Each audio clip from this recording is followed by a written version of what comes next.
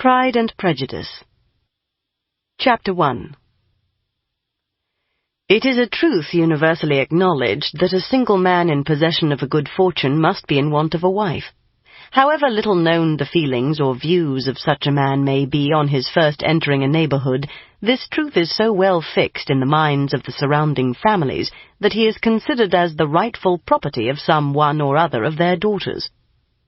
"My dear Mr. Bennet," said his lady to him one day, "have you heard that Netherfield Park is to let at last?"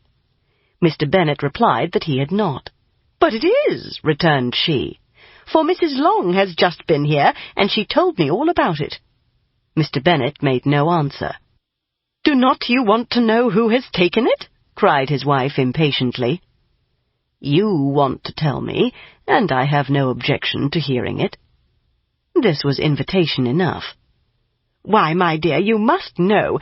Mrs. Long says that Netherfield is taken by a young man of large fortune from the north of England, that he came down on Monday in a chaise and four to see the place, and was so much delighted with it that he agreed with Mr. Morris immediately, that he is to take possession before Michaelmas, and some of his servants are to be in the house by the end of next week."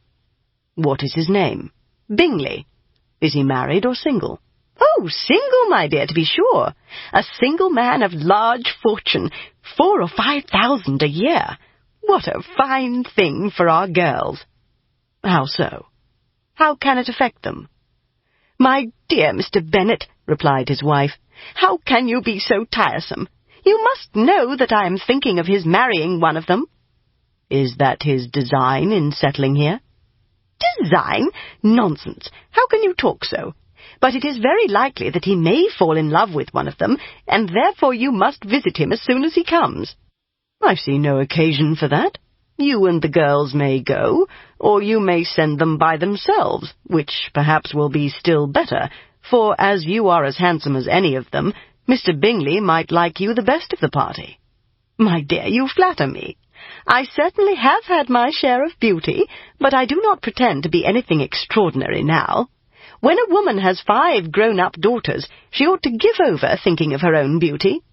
In such cases a woman has not often much beauty to think of." "But, my dear, you must indeed go and see Mr. Bingley when he comes into the neighbourhood." "It is more than I engage for, I assure you." "But consider your daughters. Only think what an establishment it would be for one of them. Sir William and Lady Lucas are determined to go merely on that account, for in general, you know, they visit no newcomers. Indeed, you must go, for it will be impossible for us to visit him if you do not." "You are over-scrupulous, surely. I dare say Mr. Bingley will be very glad to see you, and I will send a few lines by you to assure him of my hearty consent to his marrying whichever he chooses of the girls, though I must throw in a good word for my little Lizzie." "I desire you will do no such thing.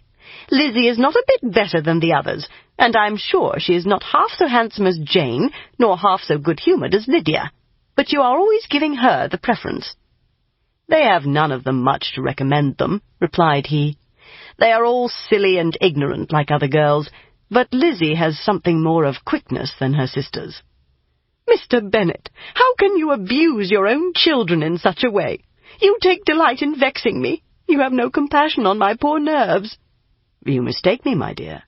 I have a high respect for your nerves. They are my old friends. I've heard you mention them with consideration these 20 years at least." "Ah, you do not know what I suffer." "But I hope you will get over it and live to see many young men of 4,000 a year come into the neighbourhood." "It will be no use to us if 20 such should come, since you will not visit them." "Depend upon it, my dear, that when there are 20, I will visit them all." Mr. Bennet was so odd a mixture of quick parts, sarcastic humour, reserve, and caprice, that the experience of 23 years had been insufficient to make his wife understand his character. Her mind was less difficult to develop.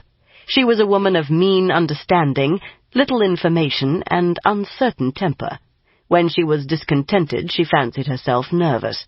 The business of her life was to get her daughters married. Its solace was visiting and news.